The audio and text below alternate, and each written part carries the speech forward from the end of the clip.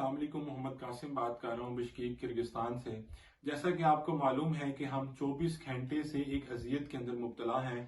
हम ऐसी अजियत में मुब्तला हैं, ना हम अपने फ्लैट से बाहर जा सकते हैं और जो सिचुएशन है वो मजीद से मजीद तर खराब होती जा रही है। अभी भी हमें अपने दोस्तों से, अपने ग्रुपमेट से कॉल रिसीव हो रही हैं कि उन पे तशद्दुद जारी है।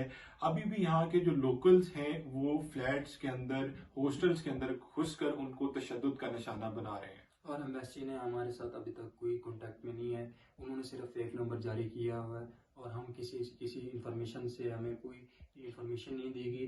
और इधर इतना तशद्दुद किया गया है, उन्होंने लड़कों के ऊपर तशद्दुद किया ही किया है, गर्ल्स को अलहदा से हरास किया है। सुनने में आया कि उनके साथ रेप भी हुए हैं, ऐसे हादसा सुनने में आ रहे हैं। लेकिन हम इस टाइम फ्लैट में बंद होकर रह चुके हैं, ना हमें पानी दिया जा रहा, हम ना कुछ कर पा रहे हैं, ना हमें खाना खाया हमने सुबह से, हम बस एक फ्लैट में बंद होकर रह गए।